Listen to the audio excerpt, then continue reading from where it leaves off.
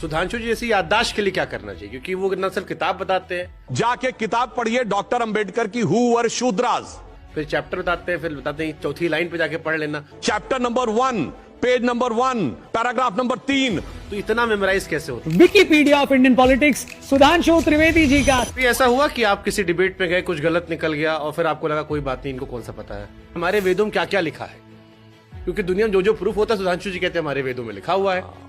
तो एक बार सुधांशु जी बता दें कि ये रह गया, ताकि पेटेंट करवा। अच्छा प्रश्न किया है। नेहरू जी ने और कितनी गलती की थी, भी होता है तो होता है, नेहरू जी पे डाल दिया गया, उन्होंने ये किया था। नेहरू जी में हिटलर की झलक दिखती, 0 वोट मिले नेहरू जी को। वो नेता जिसको उसकी पार्टी में किसी ने नेता नहीं माना। नेहरू जी और मोदी जी में बराबरी नहीं हो सकती। तक्षशिला या नालंदा जैसी यूनिवर्सिटी आप लोगों ने क्यों नहीं बनाया? तो 11 साल हो गए। बार बार ये कहा जाता है कि मुगलों ने भी इस देश को बहुत कुछ दिया है, लाल किला, ताजमहल, कुतुब मीनार दिया है। रेगिस्तान वालों को, रहने वालों को बाढ़ से बचने की टेक्नोलॉजी पता थी।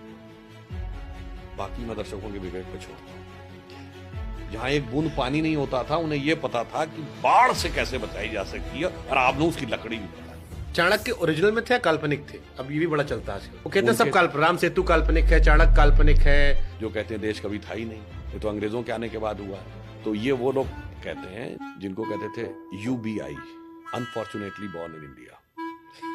ABCD, अमेरिकन ब्रेन कंफ्यूज देसी। तो मेरे विचार से इंडियन ब्रेन से समझिए। अब बौद्ध इंडिया से गायब क्यों हो गए? बाबा साहब को कोट करके कह रहा हूं, there is no doubt about it that the decline